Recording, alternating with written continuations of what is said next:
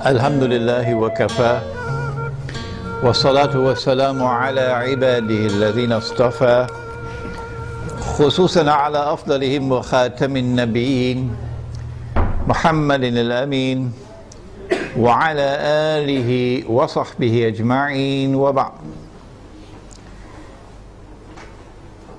We begin with Allah's blessed name. We praise Him and we glorify Him as He ought to be praised and glorified. And we pray for peace and for blessings on all His noble messengers, and in particular on the last of them all, the blessed Prophet Muhammad sallallahu ta'ala alayhi wa sallam. Brother Adam Ibrahim, Secretary General of the Research and Information Institute on Islam, here in Tamantun, Dr. Ismail in Malaysia, in Kuala Lumpur. Brothers and sisters in Islam, Assalamu alaikum wa rahmatullahi wa barakatuh. We meet at a very dangerous moment in our history and in the history of the world,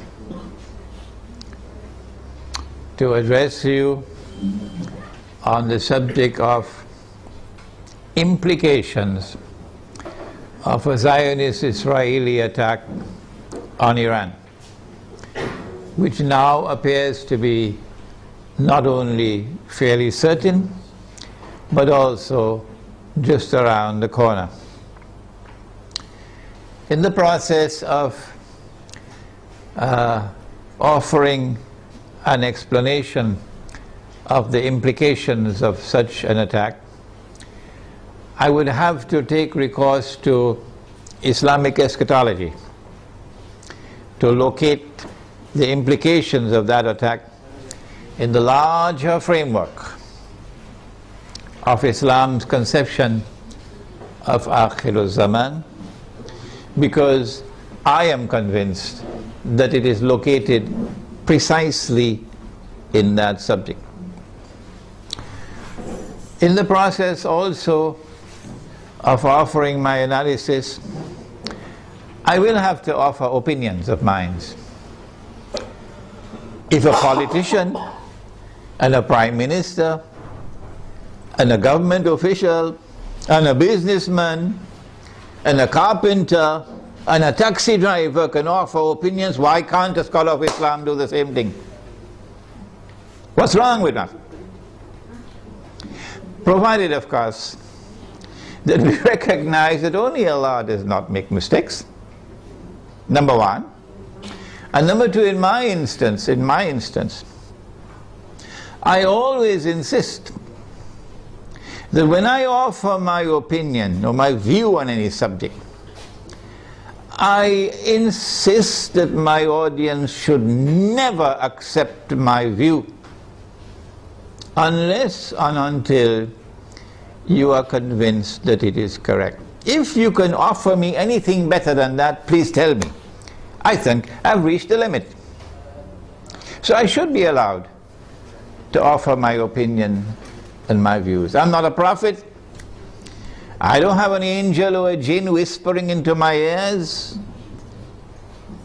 I'm offering you opinions based on analysis, and I have the right to do so. And those who warn people don't listen to Imran Hosein should be ashamed of themselves. Having said that, we say that Israel wants to attack Iran because Israel ultimately wants to rule the world. Because the Zionists want to rule the world. because the Judeo-Christian Zionist European Alliance wants to deliver to the state of Israel the status of ruling state in the world. That's why we believe all these wars are taking place. But why does Israel want to rule the world? They said some 50, 60 years ago, and even then they were telling monstrous lies. So 9/11 was not the first lie. They said that all that we want to do is to create a Jewish homeland in the Holy Land where Jews can live in safety and security. That's all we want to do. And we say that was a monstrous lie.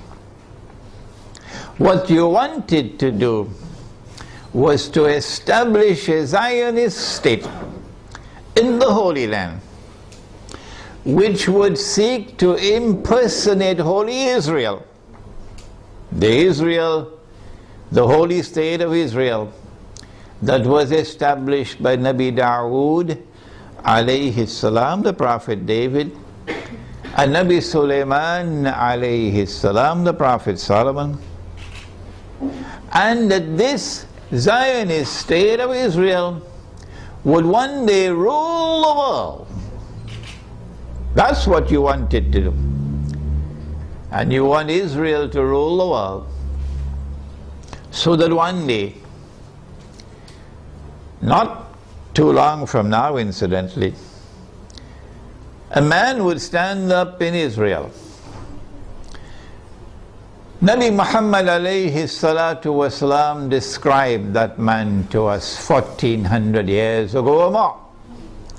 So if you're listening in Washington tonight, let's tell you what the Prophet said. And if you're listening in London and in Jerusalem tonight, let's tell you what Prophet Muhammad alayhi salatu wasalam said. He said that that man would be a Jew. He would be a young man. And so the end of history will witness young people taking over the world. He would be a powerfully built man. He would have curly hair. And he would declare,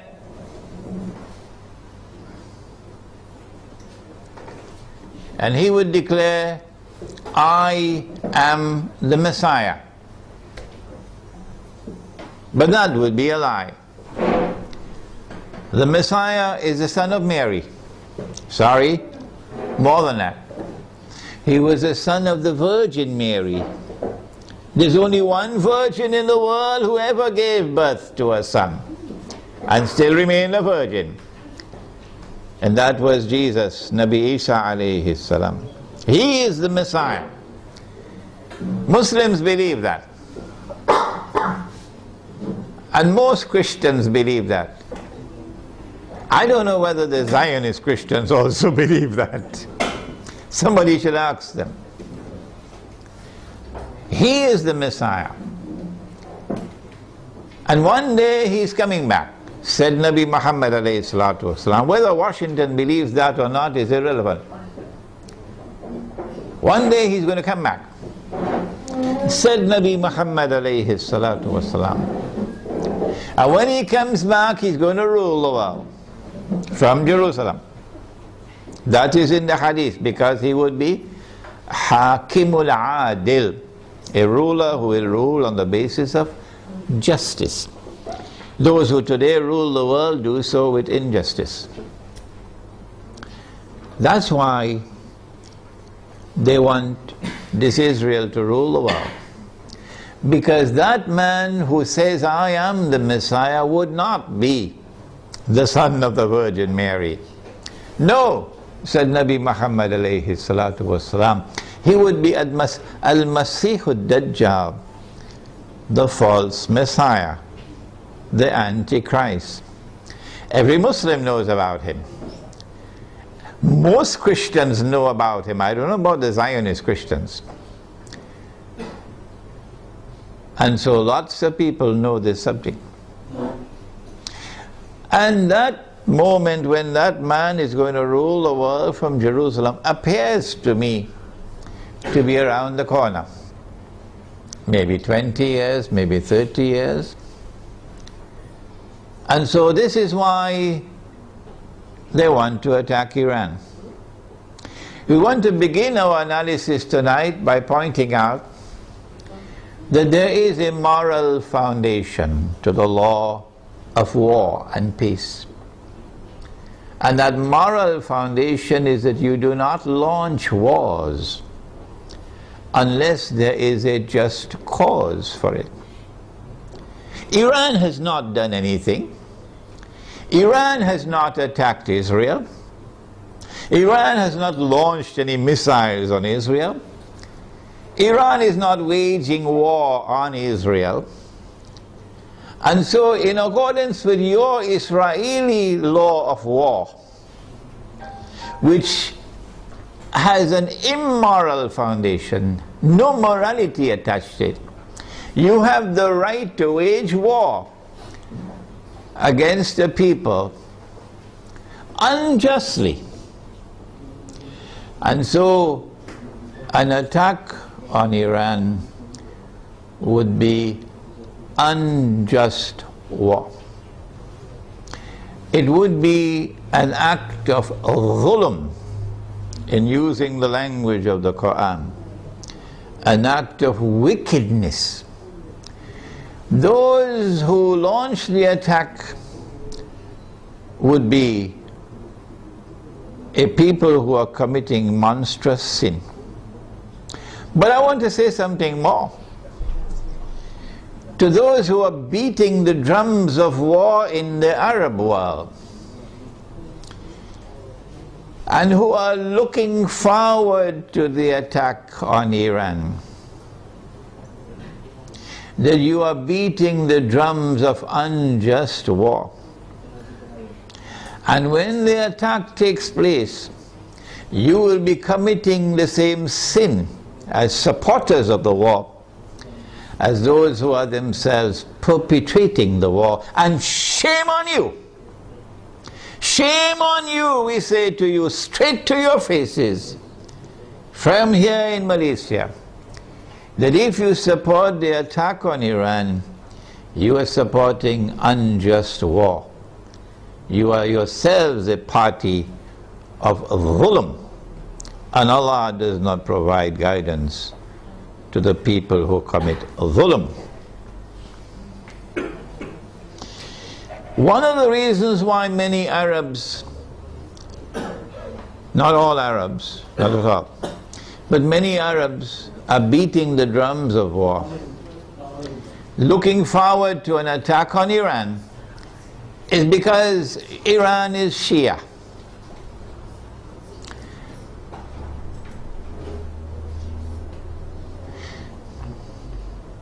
They hold the view that Shia are kuffar, and hence it is permissible to launch war on the kuffar, the disbelievers.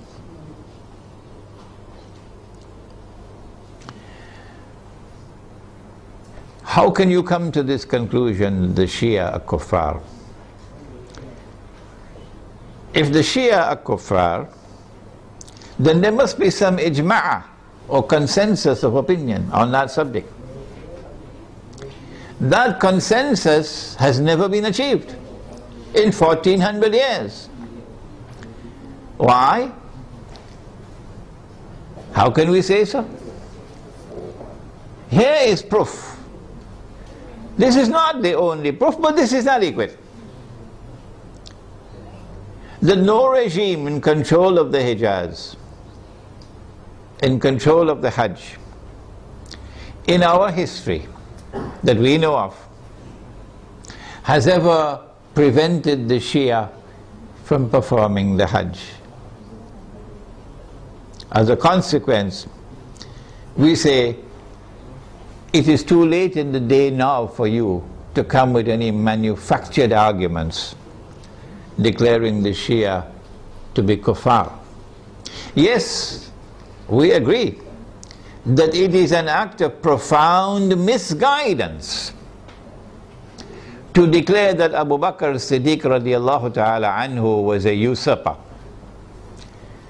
and that Umar Farooq radiallahu ta'ala anhu was a usurper, and that Uthman Ghani radiallahu ta'ala anhu was a usurper. Three of the foremost companions of the Prophet alayhi salatu wasalam.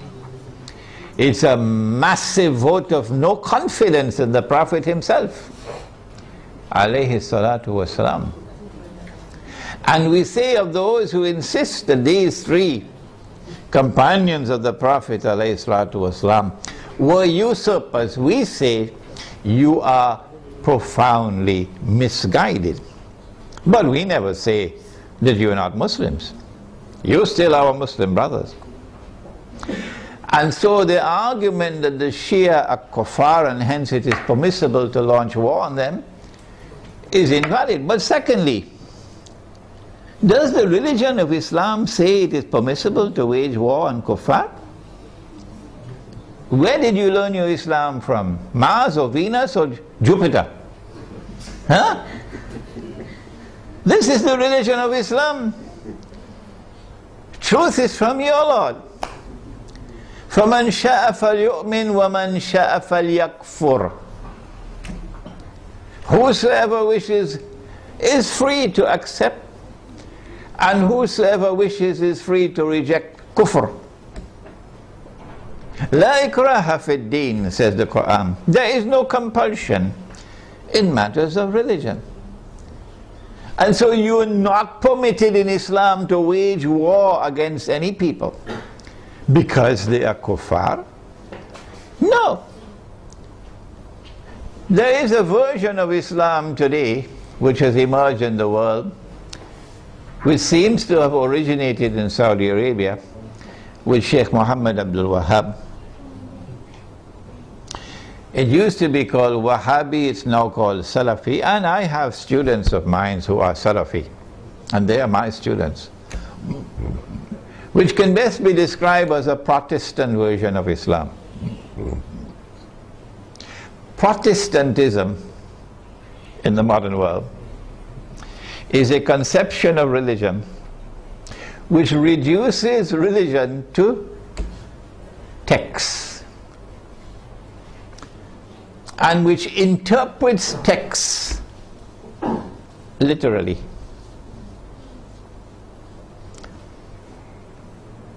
As a consequence, Protestant Islam is incapable of distinguishing between appearance and reality, particularly when they differ with each other. But let's leave that fairly technical subject for a while. It is Protestant Islam today which is beating the drums against the Shia. Muslims who are Sunni and Muslims who are Shia have lived together for 1400 years, peacefully, amicably, without any boxing gloves, fighting with each other, with any bloodletting. And it is strange that at a time when the Zionists are about to move to their final stage of the mission, there should come this strange drum beating from that version of Islam, with great hostility to the Shia, and paving the way for promoting war against the Shia. They call it a jihad against the Shia. They would like to force the Shia to abandon their Shia beliefs and to become Sunni. Do you do it by warfare? Actually, although they themselves may not understand it, the drum beating against the Shia and the attack which is about to be launched on Iran is located in a larger framework in which those who are waging war on Islam are seeking to do something that will function as a catalyst for creating Sunni Shia civil war in the world of Islam.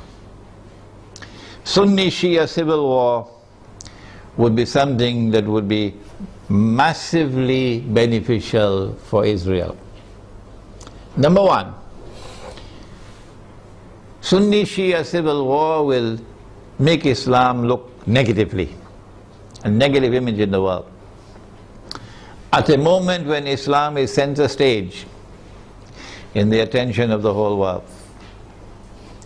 Number two, Sunni Shia civil war in Islam, Sunni versus Shia, would function as a diversion, diverting attention, both Muslim and non-Muslim attention, away from the plans of the Zionists to rule the world.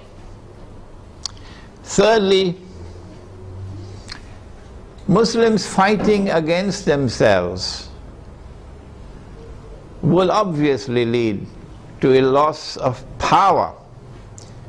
Our power will decrease, and that will be strategically advantageous for Israel.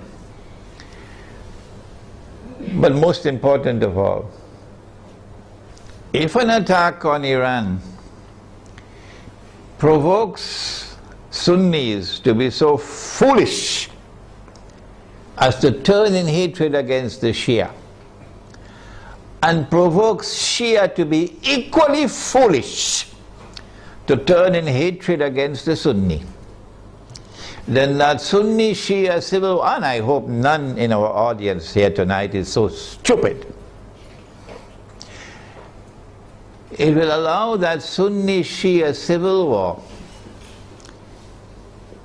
to destabilize very important parts of the world of Islam, where there are significant Shia communities living amongst the Sunnis.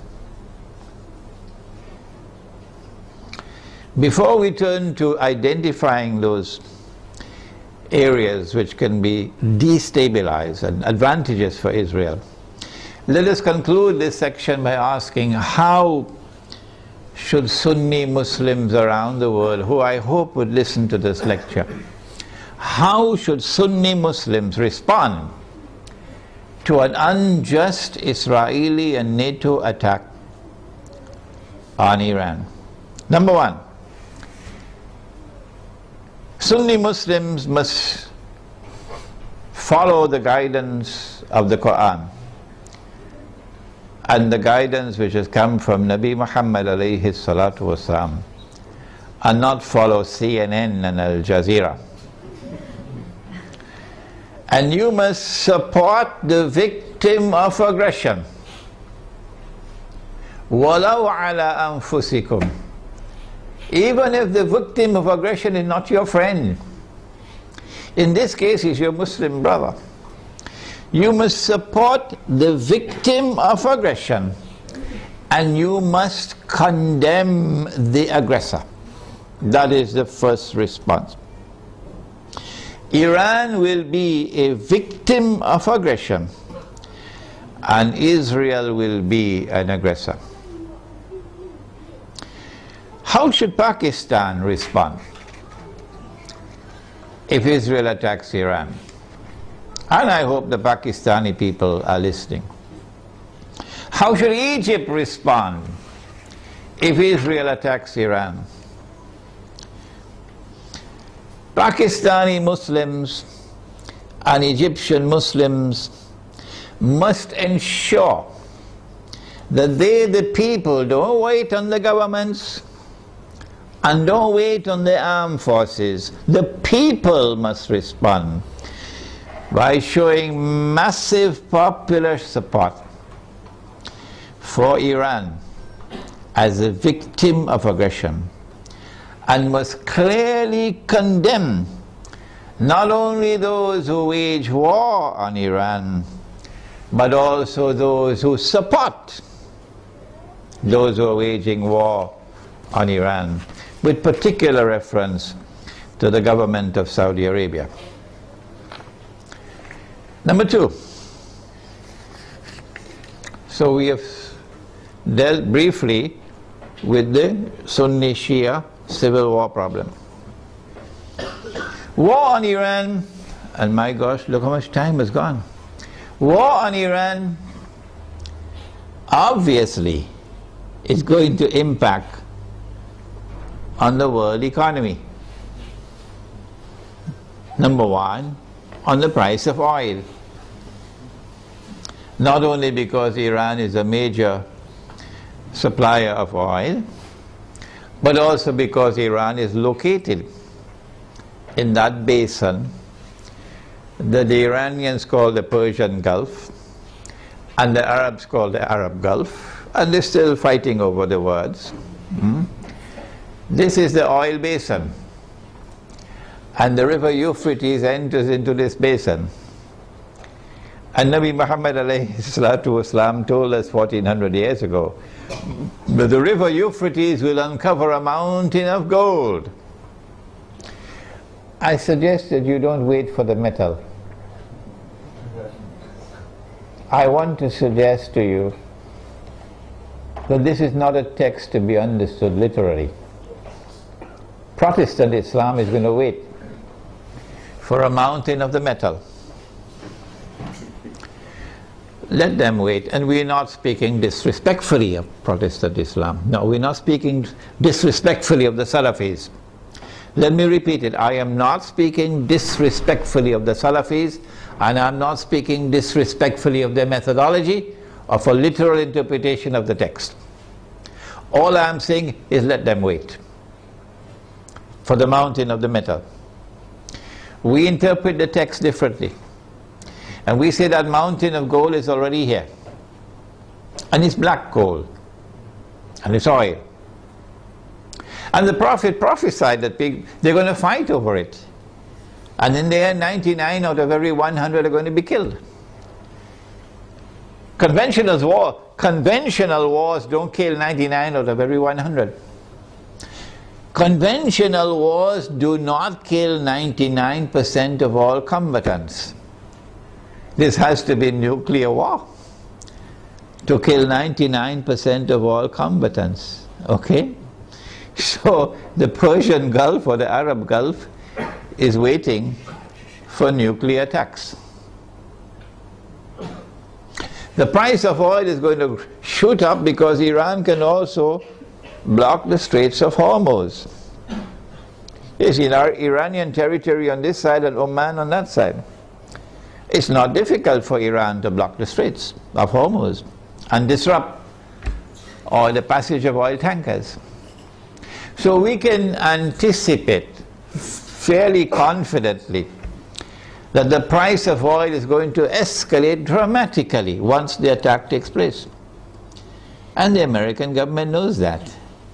And that's why the American government does not want Iran to be attacked. Because the American government knows, and the Federal Reserve knows, and the bankers also know that the US dollar is going to collapse. It will not survive an Israeli attack on Iran with the price of oil shooting up through the roof. And if the US dollar collapses, of course, they're going to have to demonetize the US dollar. It will no longer be legal tender. They have to have something in place. They probably already have something to replace it, but at a fraction of its previous value. The American economy is going to collapse. Large numbers of white Americans are going to lose their wealth. And many of them are going to be listening to this lecture. There's going to be chaos in the United States when the economy collapses. There can be riots in the United States, and they're already anticipating that. And so an attack on Iran would lead to economic, financial, and monetary consequences that will be disastrous for the US economy. Israel wants to become the new ruling state in the world.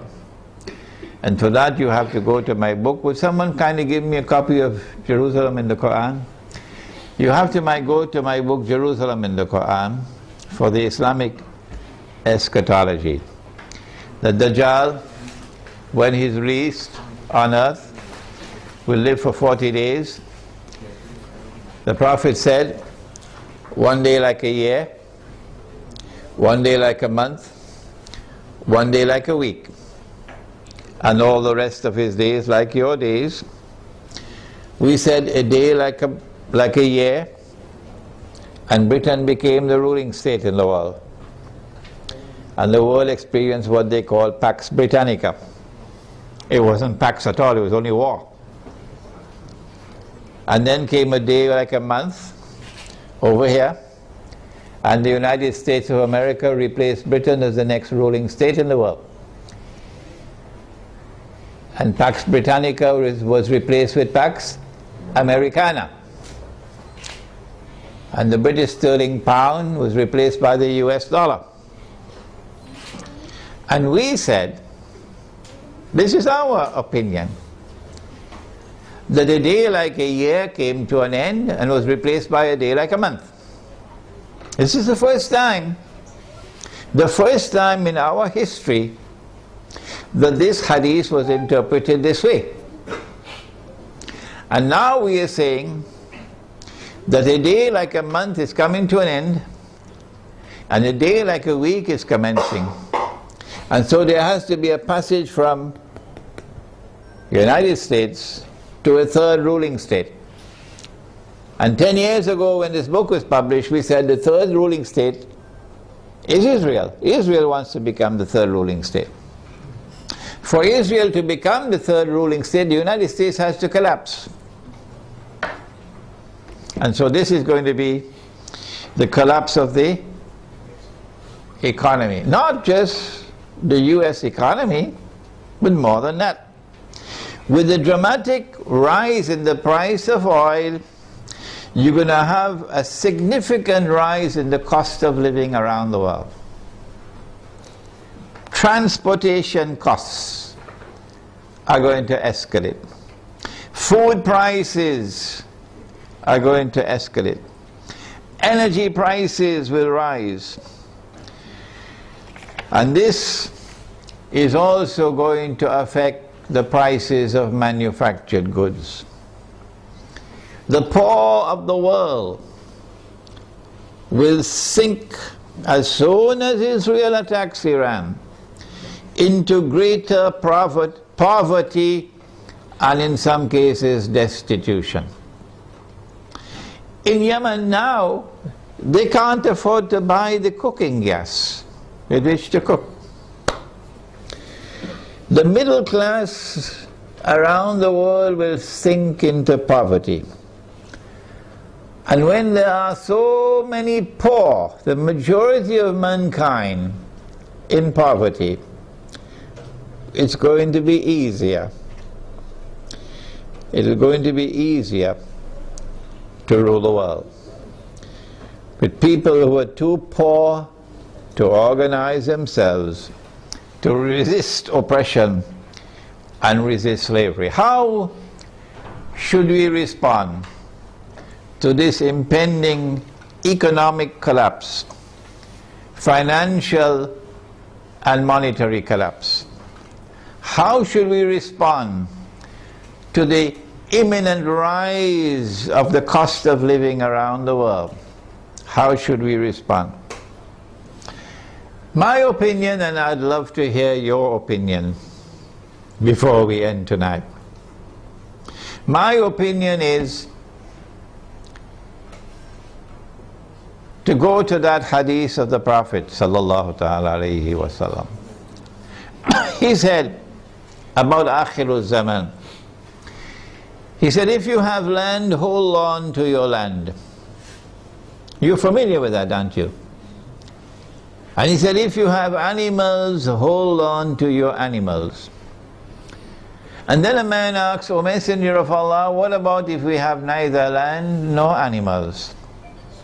He said, sharpen your sword. Of course, CNN is going to call him a terrorist now. He said, sharpen your sword, because you're going to be dealing with chaos and anarchy and riots as people seek to survive by fighting each other for food. Where can we get land and animals to sustain ourselves in this impending collapse? The answer is certainly not in the cities. If you believe that you can survive in the cities and get land and animals in the cities, you should buy a one-way ticket to the moon. And so Egypt, I'm talking to you tonight. In Pakistan, I'm talking to you tonight. Listen to me and get out of the cities. 20 million people in a city, 15 million people in a city, who's going to feed them? Where are you going to get your food from? What's going to be the price of that food? Get out of the cities while still there is time. Go to the countryside. Go to where rain falls. Go to where there is water. And produce your own food. Dairy crops, food crops, dairy farming, milk and meat, so that you can survive the storm that is coming. Ensure there is water supply. Do not depend on oil for energy. Use natural energy. A bicycle is natural energy. Wind, solar energy, water energy. Number two, live in small communities, because small communities can more easily sustain themselves without having to be dependent on supplies of food from outside the communities.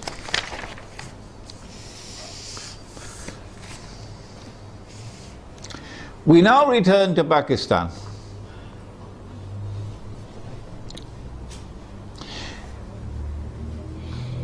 An attack on Iran can be launched simultaneously with an attack on Pakistan.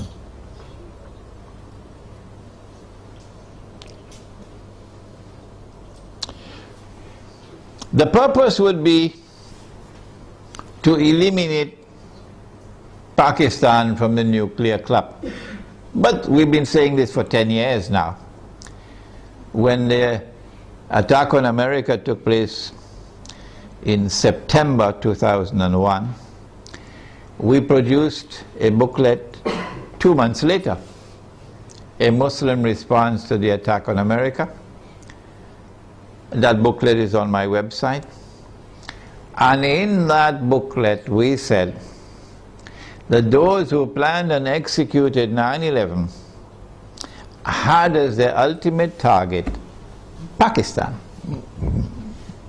And they put the blame on Afghanistan so that they could put their troops in Afghanistan, so that they will be advantageously located for moving in on the final target, which is Pakistan.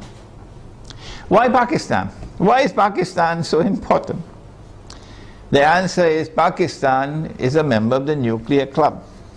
It is the only Muslim country which possesses nuclear weapons. And according to the Bible of the Zionists, no Muslim country must be able to defend itself. The Zionist Bible says that no Muslim country must have nuclear weapons. But the Zionist Bible says Israel can have as many nuclear weapons as it wants. And Israel should be able to also use its nuclear weapons according to their moral law. And because Pakistan has nuclear weapons, Pakistan has to be denuclearized. Their strategy for denuclearizing Pakistan appeared to me 10 years ago to be to try to so destabilize Pakistan that there may be civil war in Pakistan. and then use that civil war as an excuse that we have to save the world from a nuclear holocaust. We have to save the world from nuclear weapons landing in the hands of terrorists. And so we have a mission. For the sake of mankind, we have to attack and invade Pakistan and destroy the nuclear plants in Pakistan and destroy the nuclear weapons in Pakistan, and also break up Pakistan into bits and pieces so it can never rise again. When that happens, of course, we must have a Zionist friend to take over and control all the pieces. And it is time for Muslims around the world to recognize, including Muslims in Iran, that Israel's most strategic partner, most strategic ally in the world today, after the United States, is India, with Saudi Arabia neck and neck behind India.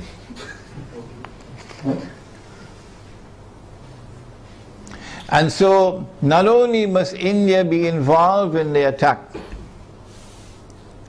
but also when the attack takes place on Pakistan, and if it succeeds, then in the sequel it is India who must now control the region on Israel's behalf.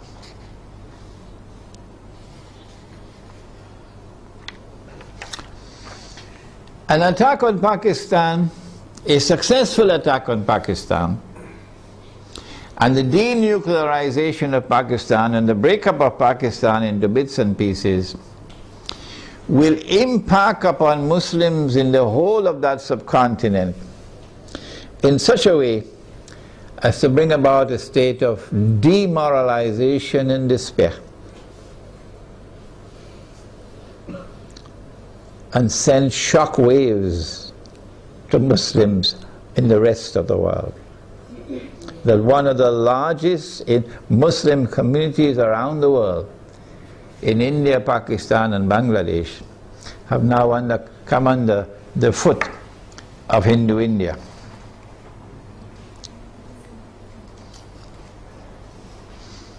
So India will rule the entire South Asia with NATO in control in Afghanistan. What should Pakistan do at a time like this late hour? Perhaps it's already too late for Pakistan to do anything, because those who have controlled Pakistan politically and those who have been in control of the Pakistan armed forces have distinguished themselves with their stupidity. And I have to use a harsh language. I'm so sorry to use this harsh language against them. Their awesome and monstrous stupidity these last 10 years since 9/11 in supporting war on terror, which is a euphemism for war on Islam, supporting NATO in their attack on Afghanistan, your innocent Muslim brothers in Afghanistan, and you supporting NATO, killing innocent people. But more than that, handing over the territory of Pakistan to the Zionists. Have you no shame? This is what you did for 10 years. That all the NATO supplies going to Afghanistan went to the territory of Pakistan, and it took you 10 years to stop it. Only when NATO killed 23 Pakistani soldiers, they didn't do by accident. They launched an attack on the Pakistani post while they were sleeping to send a message to you that that's it, the friendship is over, we're coming to attack you now. So only when that happened, now you're going to stop them from transiting the territory of Pakistan with supplies for the NATO troops in Afghanistan? How could you be so stupid to hand over 3 military bases in Pakistan to the United States so that drones could go and from above, pilotless drones, and killing our people innocently. And now, when that knife is about to cut your throat, only now you're waking up.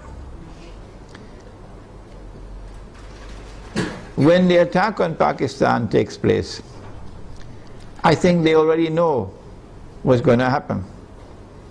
So all of these Pakistani Zionists, I call them Zionists, probably already have their suitcases packed.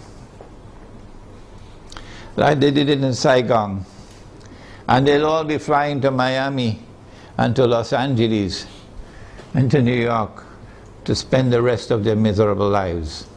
These traitors. But I'm not talking about them tonight. I'm talking about the Pakistani people, as poor as they may be. In their poverty, they still love Islam. And they hate the government of the United States, which has been committing aggression and oppression with deception after deception. Feelings in Pakistan have reached fever pitch. They know in Pakistan the attack is coming. My advice tonight to them, if it is not too late, I don't know, what can you do?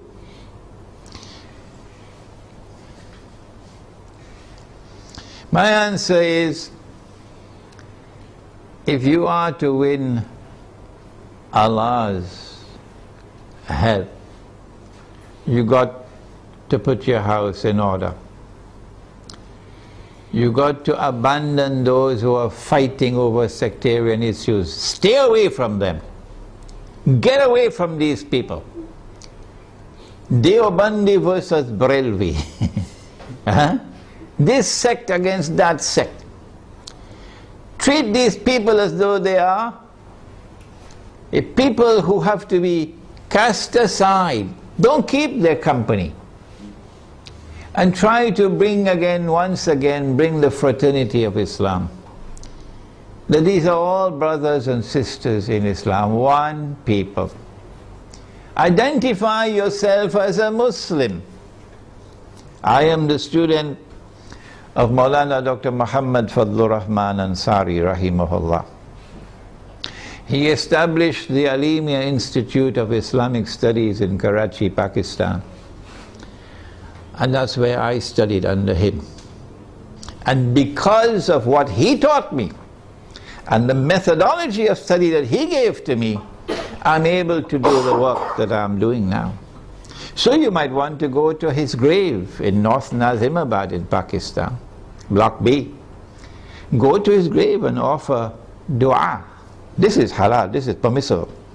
To offer dua that Allah might forgive him his sins, and grant him nur in his grave, and grant him Jannah. Ameen. Maulana Fadlur Rahman Ansari rahimahullah never joined in the sectarian warfare in Pakistan. Never. And he established the Alimia Institute as a non-sectarian institute. He was not Deobandi and the institute was not Deobandi. He was not Barelvi and the institute was not Barelvi. Let me repeat that to those who are now controlling the institute, where I studied and where I was once the principal. He established an institute which was neither Deobandi, nor Barelvi, nor Ahli Hadith, nor Wahhabi. It was Muslim. And he said himself, I am not Deobandi, I am not Barelvi, I am not Ahli Hadith, I am not Wahhabi, I am Muslim. That's his statement. And that's the way out for Pakistan today. To get out of this cancer of sectarian warfare. Number two, Allah made riba haram. Pakistan is miserably poor today because of riba. The paper that you're using as money in Pakistan, the rupee, It's bogus, it's fraudulent, it's utterly haram. And it's a vehicle of riba. Your ulama in Pakistan have not been able to recognize that all these years. Go look for those scholars of Islam in Pakistan who can recognize that paper to be bogus and fraudulent and haram. Who can recognize so-called Islamic banking to be delivering riba through the back door. Who can recognize that membership in the United Nations organization and submission to the Charter of the UN is a recipe to slavery. Who can recognize that membership in the International Monetary Fund, which prohibits the use of gold as money, is a recipe for slavery. Look for such scholars of Islam and follow them. And also for the people of Pakistan, get out of the cities, go to the countryside, and seek to produce your own food to sustain yourselves in a tomorrow that is coming that's going to be horrible. Let us now turn to implications for the United States of America. As soon as Israel attacks Iran, and my opinion is that Israel is not going to attempt to deliver a knockout blow.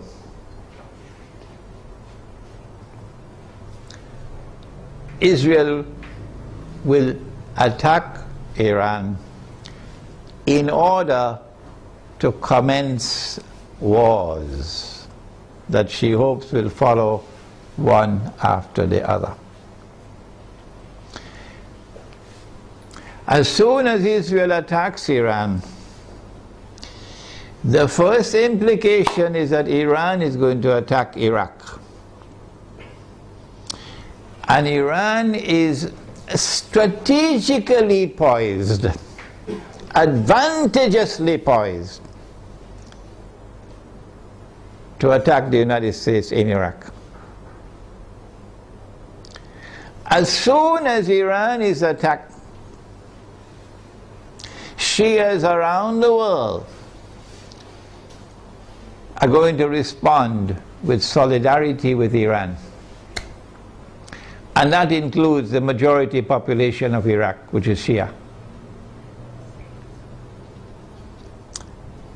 What about the Sunni in Iraq? The Sunnis are waging a war against the United States.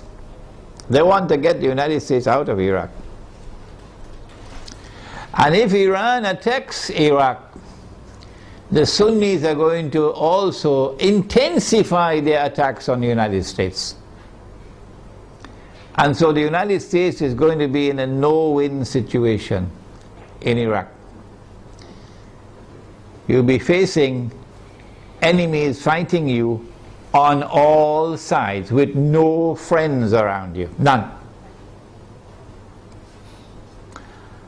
I don't think, and I hope and pray, I don't think that NATO will succeed in getting the Turkish government to act so stupidly to attack Iran. I don't think it's going to happen. No.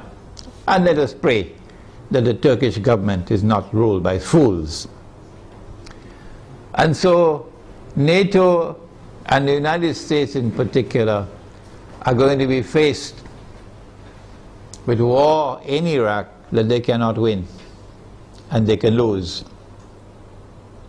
They can lose. And this is what Israel wants. This is what Israel wants. But there's another battlefront I want to turn to now. And this is where we need our military analysts. I wish we had some here tonight. That Iran is also likely to attack Bahrain. And it should not be difficult for Iran to take Bahrain. Bahrain cannot stand up to an attack from Iran. Bahrain is just across the water from Iran. I am suggesting to you that Iran is going to attack and take Bahrain And if and when Iran attacks and takes Bahrain, then there's a causeway between Bahrain and Saudi Arabia where you can drive back and forth. The road will be clear to Saudi Arabia. I am anticipating, and the Saudis probably already have their plans laid out very well, because they know what's going to happen. And Israel already knows what's going to happen. That they're then going to turn to the United States to invoke whatever secret agreements they have of defense. That the United States has to intervene in Saudi Arabia to protect Saudi Arabia from an attack from Iran. I think the Zionists in the US Congress will ensure, even though the US armed forces would not want to go in there, even though the Barak administration would not want to go into Saudi Arabia, the Zionists in the US Congress will ensure that American forces will have to enter into Saudi Arabia to face Iran. I'm also suspecting that they might do the same thing with Pakistan, to force the Pakistani political leadership and military leadership to follow some secret agreement they probably already have, to bring Pakistani troops into Saudi Arabia to face Iran. If that happens, number one consequence will be the United States will be facing two fronts where they're going to lose the war. The first front will be Iraq, and the second front will be Saudi Arabia. And Pakistan will be facing defeat in Saudi Arabia and civil war in Pakistan. In order to save the United States from defeat, Israel will have to intervene. And so history will repeat itself for those who have been reading Jerusalem in the Quran. In order for the passage from Pax Britannica to Pax Americana to take place, you remember? The First World War had to take place. And in the First World War, the Germans brought in their submarines. And Britain, the island, was marooned, surrounded by German submarines. And Britain would have lost the war. And at that critical moment, the Zionists then brought the United States into the war, despite the efforts of men like Henry Ford. And when the United States entered into the war, then Britain was saved from defeat. But the consequence of that was that Britain was no longer the ruling state in the world. And the transfer of power from Britain to the United States was well underway as a consequence of that First World War. So I am suggesting to you that the planning that is now taking place is a repeat of what happened then. That they're setting a trap for the United States, so that the United States is going to be led to a situation where it's going to be facing defeat in Iraq and in Saudi Arabia. These are my opinions, you don't have to accept them. And only one power in that region could intervene to save the United States from defeat, and that is Israel. And that would be the bell being rung. That this is the passage of power now from Pax Americana to Pax Judaica.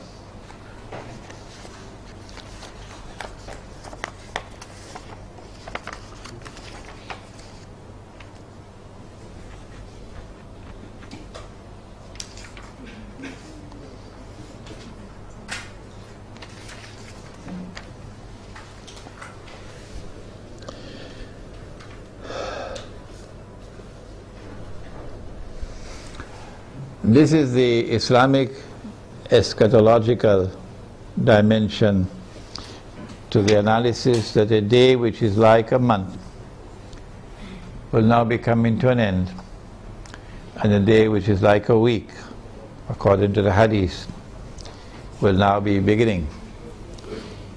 The Protestant version of Islam, which is the Salafi version, insists that somewhere on earth, we just have to search, maybe somewhere behind Greenland, you're going to find a place on earth where a day will be like a year.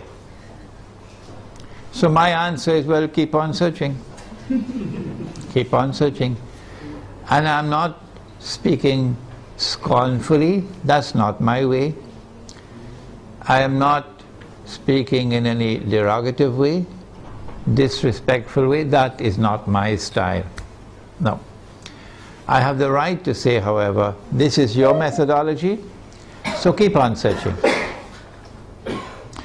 We have interpreted the text differently, this is our interpretation.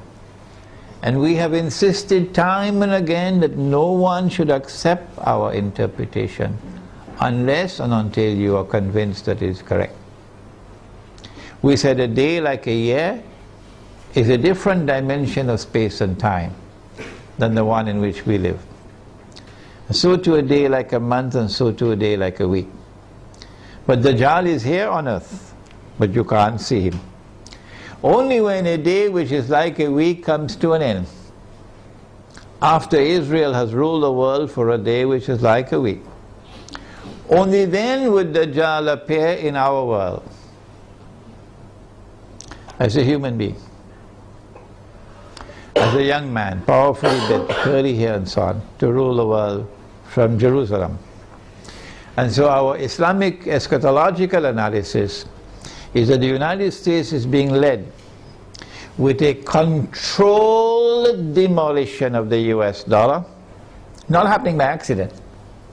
A controlled demolition of the US economy is not happening by accident. And a trap being set for the United States militarily, so that the United States will can no longer be recognized as the ruling state in the world, and Israel can replace them. I want to end now by turning to two actors, and we thank Allah that He created both Gog and Magog. If He had created Gog alone, we would have been in a lot of trouble now. But He created both Gog and Magog. And He gave both the Gog and Magog the power that none can fight them except Allah Himself. So if Gog and Magog turn against each other, they'll destroy each other, wouldn't they? If you do not understand the subject, I have a book at the back entitled An Islamic View of Gog and Magog in the Modern World. And again, as usual, the Salafis are rejecting that book. Imran Hosein is misguided. I think that for Russia and for China, an Israeli attack on Iran, particularly if it involves the use of nuclear weapons, would be recognized as a threshold being crossed.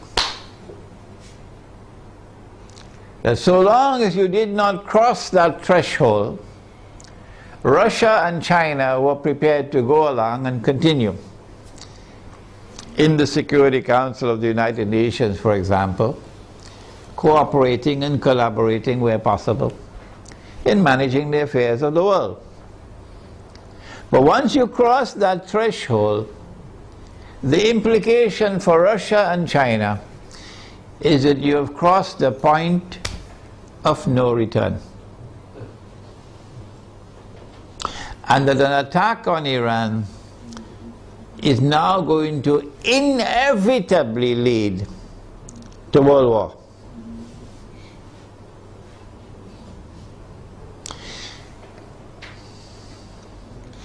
That after Iran, And after Pakistan, and after the Arabs, the Zionists are going to turn on China and Russia to make sure that China and Russia also bend down their knees and accept Israel, so that Israel can become the ruling state in the world.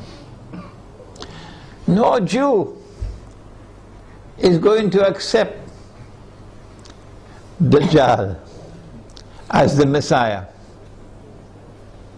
if Israel has not established its dominion over the whole world.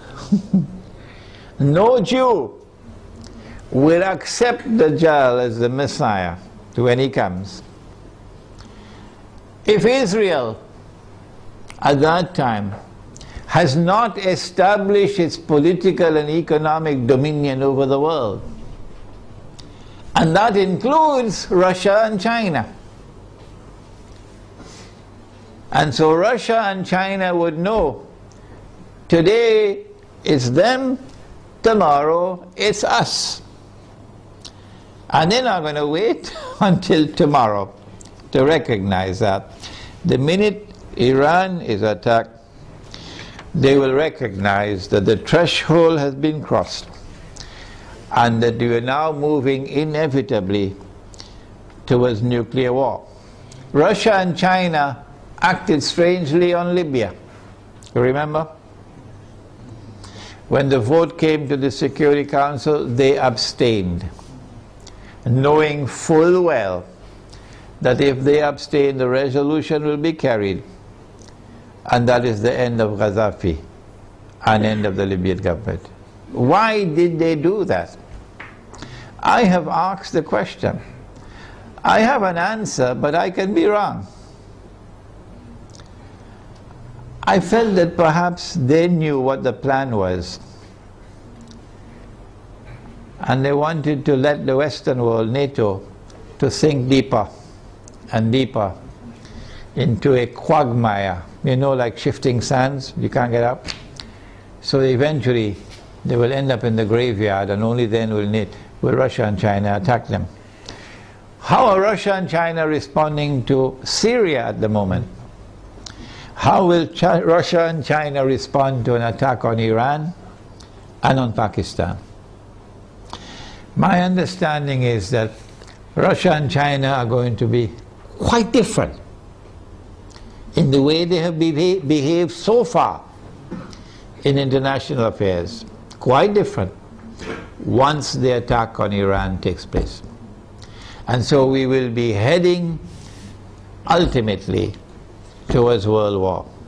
A world war which the Quran has anticipated when Allah spoke about Gog and Magog, and when He said in Surah Al-Kahf, وَتَرَكْنَا بَعْدَهُمْ يَوْمَئِذٍ يَمُوجُ فِي بَعْضٍ, which can mean, one of the possible meanings is that on that day Gog and Magog are going to clash with each other. If Gog and Magog clash with each other in nuclear war, with thousands of nuclear weapons being used, what will be the consequence for the world? Let me end with Surah Al-Isra, the ayah or the verse of Surah Al-Isra, in which Allah says, بَعْدَ أَعُوذُ بِاللَّهِ مِنَ الشَّيْطَانِ الرَّجِيمِ وَإِن مِّن قَرْيَةٍ إِلَّا نَحْنُ مُهْلِكُوهَا قَبْلَ يَوْمِ الْقِيَامَةِ أَوْ مُعَذِّبُوهَا عَذَابًا شَدِيدًا كَانَ ذَلِكَ فِي الْكِتَابِ مَسْطُورًا. And not a single town or city will escape. They'll all be destroyed. And those which escape destruction will be punished with terrible punishment. And all of this is inscribed in the book.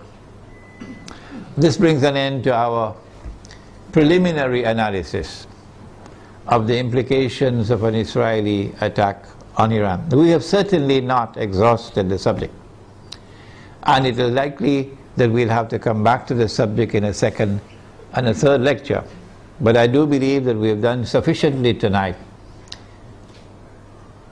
to provoke you now to think on the subject. And I'll be very happy to hear your views and your responses. ربنا تقبل منا إنك أنت السميع العليم وتب علينا يا مولانا إنك أنت التواب الرحيم برحمتك يا أرحم الراحمين آمين.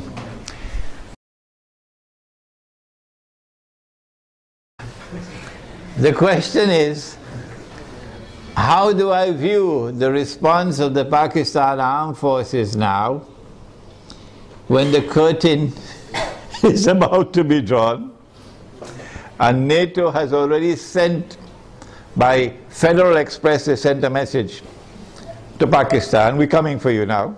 That's the message when they kill the soldiers, huh? We're coming for you now. And now, now the Pakistan Armed Forces, because now of course it's too late to do anything else, they say, okay, we will not allow NATO to transit Pakistan. And we're going to take back this base that we gave you, so you could kill the people in Afghanistan. And you have 15 days to vacate the base. No, I'm not impressed. I'm not impressed. I think a lot of the generals have tickets to Miami because they know that they're going to be lynched.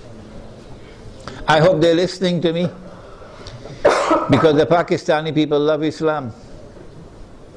And the Pakistani people are very, very angry with those who have betrayed them and betrayed Pakistan and betrayed the Ummah. Flying first class to Washington anytime Washington calls them for consultation. So I'm not impressed at all. People who have betrayed Allah and His Messenger, and now at the last moment, now you're trying to save face. I'm not impressed.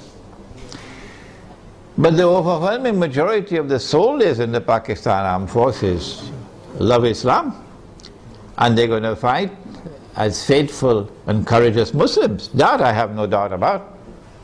It is the command which stinks. It is the command, the political and military command, that I call Zionist. And they're on their way out as soon as Pakistan is attacked. They're finished. They're going to fly to Miami and leave Pakistan to the true Pakistanis. So I'm not impressed. The Muslims in India, of course, are going to be in a much worse situation once Pakistan is attacked. The Muslims in Bangladesh are going to be in a worse situation because of the attack on their morale. They will be demoralized. And it is a function of Islamic scholars to deliver guidance and leadership. And the scholars of Islam are fighting each other over popcorn. Fighting with each other over popcorn. And attacking me because I declare myself to be a Muslim. Who? He's only a Muslim? He's neither fish nor fowl? Who is he? He has no Aqidah? That's now the attack on me. Yeah. Well, let them continue with the attacks. Go ahead.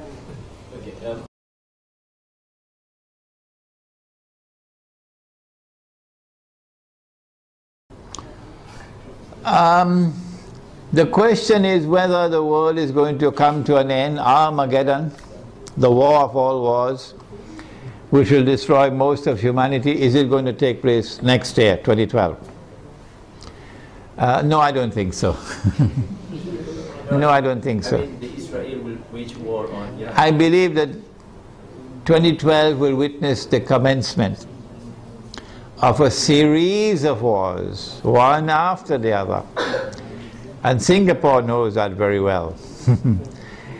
And these series of wars, once they are commenced, they're not going to stop until Israel replaces the United States as the ruling state in the world. I do not anticipate the clash of Gog and Magog, meaning the Russian-led alliance against the American-led alliance, which will destroy every town and city. I do not expect that clash to take place immediately. Maybe another 20 years or so, but I can be wrong. Any more questions? I am not certain that when Israel attacks Iran, that they're going to use nuclear weapons. I expect the use of limited nuclear weapons on certain specific sites in order to destroy nuclear plants, underground nuclear plants and so on. But I hardly think that Israel is going to use tactical nuclear weapons in populated areas. The public opinion around the world, the backlash of public opinion will be too great.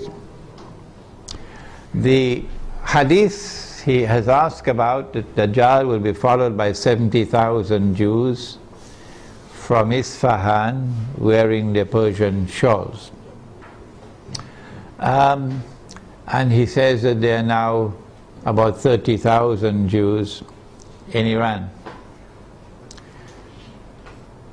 Part of the strategy adopted by Gog and Magog has been to accept a religion. The Khaza, for example, accepted Judaism.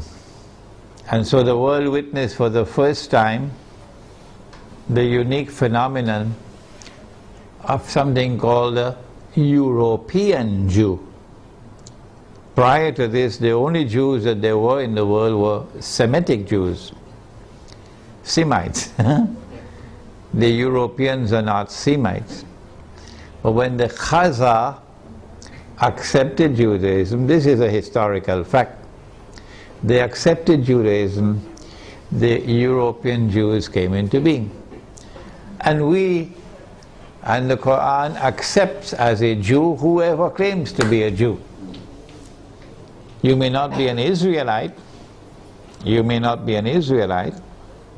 but if you declare yourself to be a Jew, then we accept you as a Jew.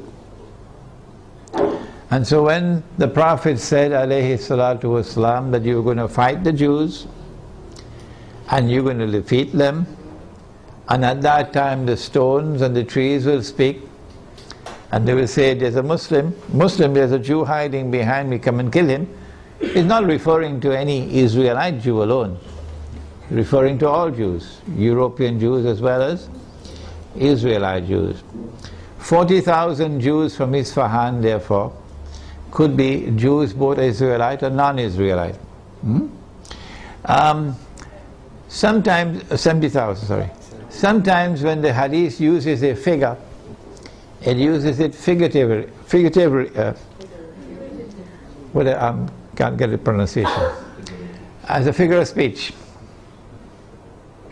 For example, a man asked the Prophet ﷺ, which was the first masjid which was built. He said the Kaaba. And then he asked which was the second masjid which was built. He said Masjid al-Aqsa in Jerusalem. And then he asked how much time elapsed between the two. He said 40 years. 40 years for a few thousand years? 40 years for a few thousand years between this one and that one? How could it be 40 years? So sometimes the hadith will use a number as a figure of speech. It does not therefore have to be understood literally.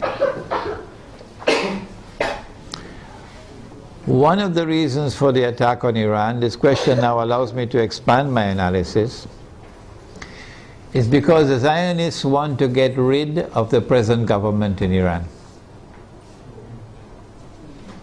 You can choose to believe what you want, but I accept that the present government of Iran is sincere in its opposition to Israel and its support of the Palestinians. You can choose to believe what you want, that's your business. This is my opinion.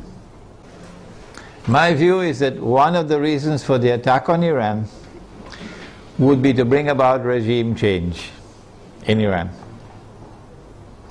The present regime in Iran is not a militantly Shia regime waging Shia-Sunni sectarian war. No. The present regime in Iran is willing to establish fraternal ties with Sunnis. Yes, they do not permit any Sunni masjid to be established in Iran. So Sunnis in Iran do not have Salatul Jummah, they have to go to the masjid under the Shia control. And that, of course, is something we don't agree with. But that's not a cause for taking up guns and fighting them. No. So I understand that the government in Iran at this time is a government which is prepared to try to establish Shia-Sunni solidarity. This is my view. And this is something inimical to Zionist interests. The Zionists would like to direct the Shia world in a direction of confrontation with Sunnis. And for that, you need to have regime change in Iran. And if they succeed in that regime change by attacking Iran, they will want a new regime to emerge in Iran, which will be militantly sectarian and facilitate the emergence of a civil war between Shia and Sunni. At that time, if this succeeds, then I believe we'll see the fulfillment of this hadith about Dajjal being followed by 70,000 Jews from Isfahan wearing their Persian shawls. Any more questions? The question pertains to the use of gold and silver as money and the utility of buying gold and silver at this time when the gold stocks of the world are controlled by those who are not Muslims, and that by buying gold you are enriching non-Muslims. I have a book at the back entitled The Gold Dinar and Silver Dirham, Islam and the Future of Money. Whether we like it or whether we don't, the world tomorrow, in my opinion, is going to return to gold and silver as money. Whether you like it or whether you don't. I came to this conclusion about 2 years ago perhaps, because of my study of Islamic eschatology, that no Jew will accept Dajjal as the Messiah. None. If Israel is using paper money. Because every Jew knows what the ulama don't know in Islam. Every Jew knows what the muftis don't know in Islam. Every Jew knows that this paper is bogus, is fraudulent, is utterly haram. Every Jew knows that. And it's a vehicle through which mankind is ripped off of their wealth. They all know it.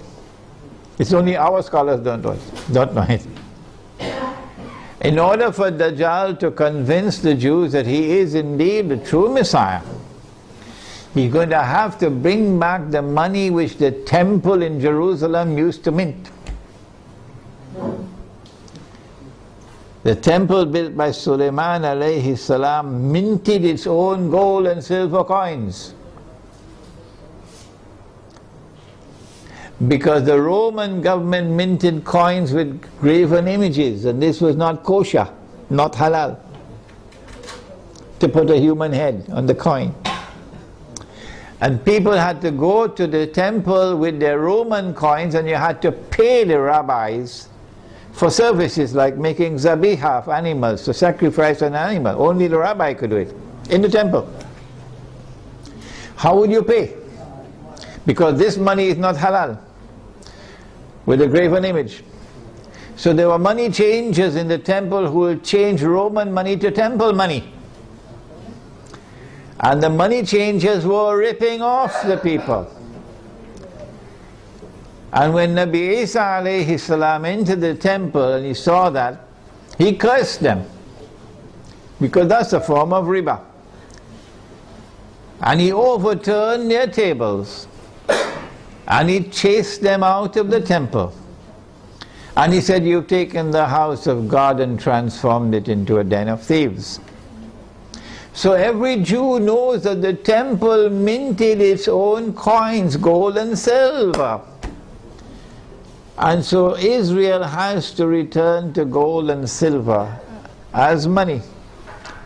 And therefore the Zionist world has to return to gold and silver as money. And when they do, guess what the world of Islam will do? The muftis are going to wake up. And they're going to say, yes, yes, yes, this is halal money. Yes, yes, yes, we should have dinar and dirham. I have prayed to Allah to beg Him to take me away from the world. I don't want to live to see that day, because the shame and the disgrace will be too great for me. The shame and the disgrace as a Muslim for me will be too great. On that day, when they have brought back dinar and dirham as money, and only then do our people wake up. But I also prayed to Allah for something else, to keep all those muftis and all those scholars alive on that day. Keep them alive, even if you have to bring them on a stretcher, keep them alive, so that they will witness the shame and disgrace on that day. Those who today, up to this day, they are not prepared to say that this paper money is bogus, it's fraudulent, it's utterly haram. Keep them alive to that day. So whether we like it or whether we don't, gold and silver is coming back as money. Secondly, if I am correct that this paper is bogus and fraudulent and haram, you read my book at the back, The Gold Dinar and Silver Dirham, Islam and the Future of Money, and listen to my lectures on the subject Islam and the International Monetary System. If I am correct, then every transaction involving the use of this paper is haram. Every transaction. So you pay your zakat, it won't be accepted. You give charity, it won't be accepted. You have nikah and you give the dowry, it won't be accepted. You use this to perform your hajj, it won't be accepted. Every transaction will be haram. Well, then what do? You have to return to halal money. Halal money is first and foremost dinar and dirham. In the event that dinar and dirham are in short supply in a market, then halal money would be commodities of food consumption, which are in abundant supply in the market, which have a shelf life, and which has intrinsic value created by Allah Himself. Any more questions?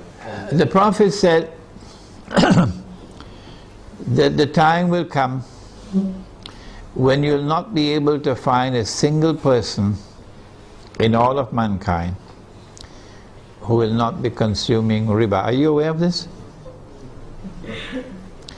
The Prophet said, alayhi salatu wasalam, that the time will come when you'll not be able to find a single person in all of mankind who will not be consuming riba.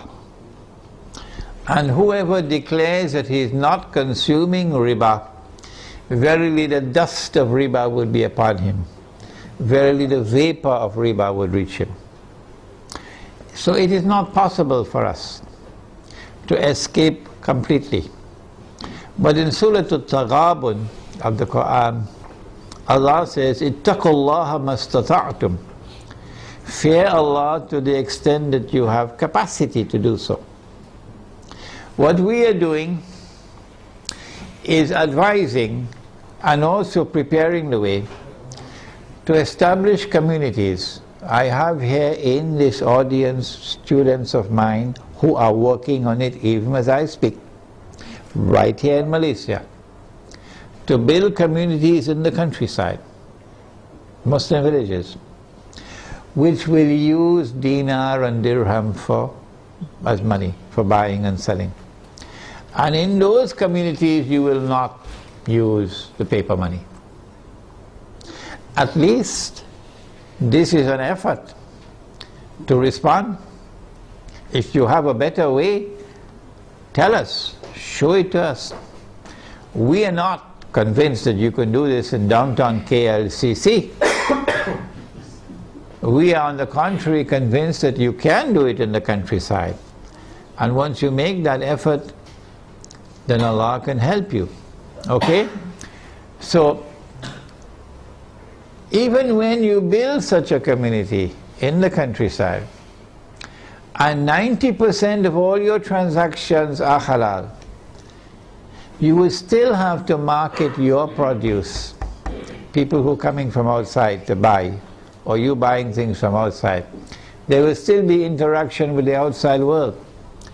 And that interaction will be involving electronic money. Tomorrow paper will be gone. Okay? So let us agree on this position, that we are obliged to make the best effort. Any more questions? The question is about the euro and the fact that the euro is in trouble. Before the euro was created, put together, you had individual currencies in Europe. Okay? And you still have them, but they're now linked together. If the euro collapses, then you return to what you had before. The German mark by itself, the Italian lira by itself, the sterling pound by itself, the French franc existing by themselves, separate from each other. You just go back to where you were before. But in the same way that the world is witnessing a controlled demolition of the US dollar, so too it's not far-fetched for us to recognize that the same thing is happening to the euro. That this is international banking at work, okay, reorganizing the world in such a way that electronic money will replace paper money, and the banking system will take control of the money system in the world. Governments will no longer have control over money. Banking system will have control over money. The euro cannot stand in the way, and therefore there is this demolition. The US dollar cannot stand in the way, and therefore there is this demolition. One thing concerning gold that I forgot to mention. Do you know there's a hadith about Akhiru Zaman, or the last age? It is there in my book entitled One Jamaat, One Amir, which is out of print at the moment. But that book is on my website, you could read it.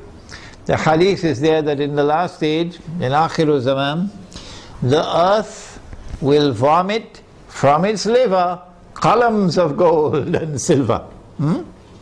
So they may have control over the gold stocks of the world today, but Allah can cause more gold to emerge. Any more questions? No more questions? As soon as we have the last question, then we can have some Teh Tarik, okay? Yeah, go ahead. What advice do I have for teenagers?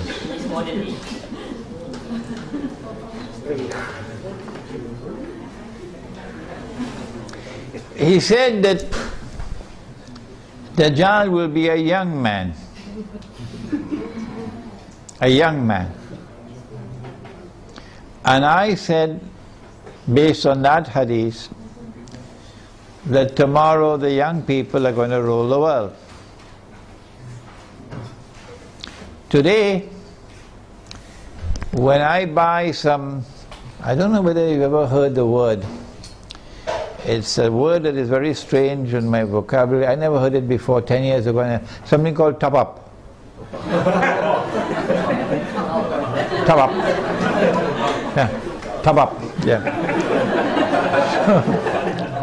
So when I buy this strange thing called top up, I have to ask the fellow to put in the money for me, because I don't know how to do it, and I'm really not interested in learning how to do it.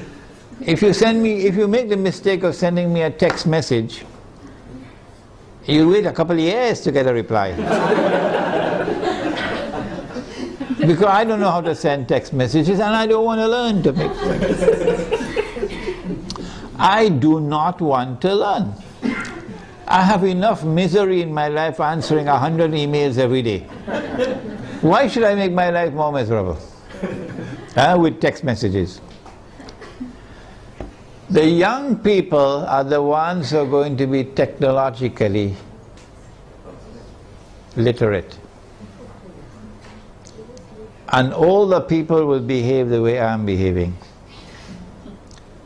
So young people are going to rule the world and run the world tomorrow, as the world becomes more technologically interlinked. So young people have a strategic role to play in the world which is now coming into being. Because at that stage of youth it is easier for them to learn these things of technology. But Surah Al-Kahf of the Quran has delivered to us a very important guideline. And that is that the ones who will show the greatest understanding of Dajjal, the quickest understanding of Dajjal, and the ones who will display the best backbone. You know they had backbones made out of iron and steel, and you know there are also backbones made out of recycled paper. You know that? So the ones who are going to demonstrate the greatest backbone for resisting the oppressor are the young ones. This is in Surah Al-Kahf of the Quran, the story of the young men in the cave. And this has been my experience, that the ones who show the greatest resistance to my message that I deliver are the elders, and the ones who are flocking to me and longing to learn from me and insisting they're going to come to Malaysia, they're going to come to KL, whether I like it or not, they're coming to study with me, are the young ones. Some of them 15 years of age, 16, 17 years of age. And they're going to be listening to this lecture. And they show sharpness of understanding, and their parents are opposing them. And so, I believe being young, and if your heart is not corrupted with pornography, which is around the corner, being young, and if you do not corrupt yourselves in sexual promiscuity and destroy your inner light, being young and your heart being guided in the right path, then tomorrow for you there is a glorious day ahead, because you're the ones who are going to take the flag. You're the ones who are going to carry the flag of Islam tomorrow. And that's what the story of young men in the cave. Do please read my book, Surah Al-Kahf and the Modern Age. Last question. I can't remember when last I used the word Taliban. No. I refer to the authentic Islamic resistance. The authentic Islamic resistance, resisting oppression in Afghanistan, resisting oppression and occupation in Iraq. What do I think of them? They are the ones who tomorrow are going to lead the army. They are the ones who are going to open the way for the army which is going to march straight to Jerusalem. This is the only armed resistance in the world of Islam with a guarantee of success by the hadith. Guarantee of success. And we must support that armed resistance in Afghanistan and in Iraq in whatever way we can, with our tongue, with our pockets, in whatever way we can. All right, that's enough for tonight. Wednesday night at the Tanaga International University. Tanaga National? No. Tanaga National. At the Tanaga National University in Bangi. in Bangi at the same time, 8 o'clock. And the topic is Islam, the United Nations and the New World Order. And then on Saturday, the last one, at UIE in Gombak, on the coming financial crash. It's a seminar with Dr. Mira and myself taking the whole of the Saturday morning. ربنا تقبل منا إنك أنت السميع العليم وتب علينا يا مولانا إنك أنت التواب الرحيم اللهم أنت السلام ومنك السلام تبارك ربنا وتعاليت يا ذا الجلال والإكرام اللهم أرنا الحق حقا وارزقنا اتباعه وأرنا الباطل باطلا وارزقنا اجتنابه اللهم أرنا الأشياء كما هي اللهم إنك عفو كريم تحب العفو فاعف عنا يا كريم اللهم إنا نعوذ بك من عذاب القبر ومن عذاب النار ونعوذ بك من فتنة المحيا والممات ومن فتنة المسيح الدجال وصلى الله تعالى على خير خلقه محمد وعلى آله وعلى أصحابه أجمعين برحمتك يا أرحم الراحمين آمين إلهي لست للفردوس أعلى ولا أقوى على نار الجحيم الله فهب لي توبة واغفر ذنوبي فإنك غافر الذنب العظيم إلهي لست للفردوس أعلى ولا أقوى على نار الجحيم الله فهب لي توبة واغفر ذنوبي فإنك غافر الذنب العظيم Tuhanku aku tidak layak untuk syurgamu tetapi aku tidak pula sanggup menanggung siksa nerakamu dari itu kurniakanlah ampunan kepadaku ampunkanlah dosaku sesungguhnya engkaulah pengampun dosa-dosa besar Tuhanku aku tidak layak untuk syurgamu tetapi aku tidak pula sanggup menanggung siksa nerakamu dari itu kurniakanlah ampunan kepadaku ampunkanlah dosaku sesungguhnya engkaulah pengampun dosa-dosa besar